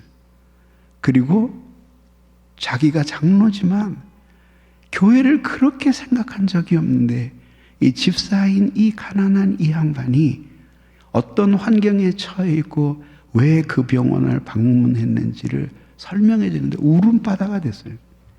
즉석에서 헌금을 했는데 그 헌금을 모두 그 교회를 고치라고 주었어요. 근데 너끈히 교회를 고치고 새로 짓고도 남을 만큼 하나님이 부어주셨어요.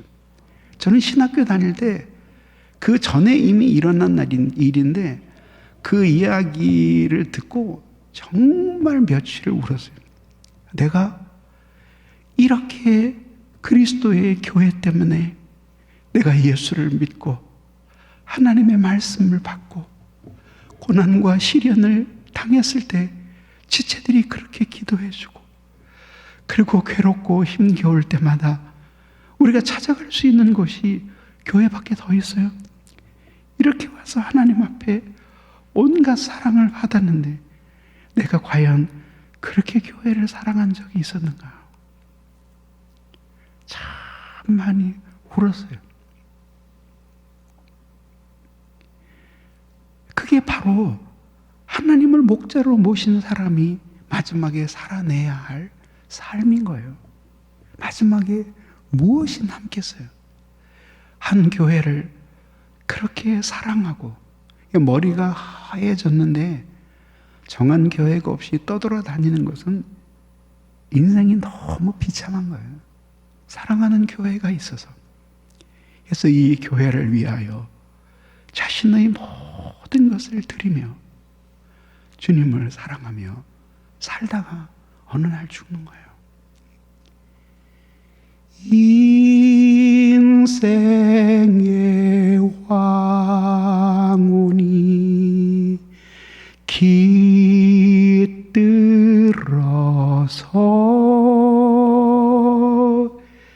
이 땅의 수고가 끝날 때에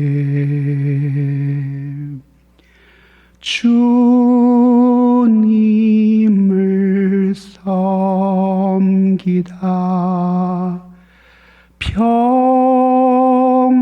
평안히 가리라.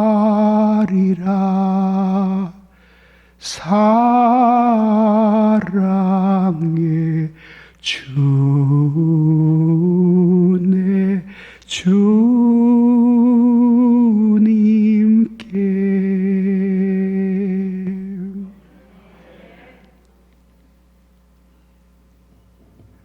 사랑할 수 있는 교회가 있는 것을 감사하는 여러분 되시기를 바랍니다. 그리고 충성스럽게 사십시오. 그리스도의 교회를 위해 무의도식하지 말고 그리스도의 교회를 위해 아주 작은 일이라도 섬기며 생명처럼 아끼고 여기서 길 잃은 자들을 찾고 방황하는 자들을 붙들어주고 슬픔에 쌓인 지체들의 눈에 눈물을 씻어주고 고통받는 지체들의 손을 붙들고 그 고통을 나누면서 주님이 부르신 하늘까지 살다 간다면 여러분들이 세상에서는 아무도 알아주지 않는 삶을 살았어도 주님은 보좌에 벌떡 일어나셔서 여러분들이 오는 그 길에 붉은 카페트를 깔고 기다리실 것입니다. 그리고 여러분들은 구름같이 허다한 믿음의 증인들 중 한 사람이 되어서 그 앞서간 성도들과 함께 하늘나라에서 찬송과 기도로 주님을 섬기게 될 것입니다. 그때까지 그리스도의 교회를 끊임없이 사랑하고 의지하며 주님을 목자로 삼고 살아가는 여러분들 되시기를 주님의 이름으로 축원합니다. 우리 기도하시겠습니다.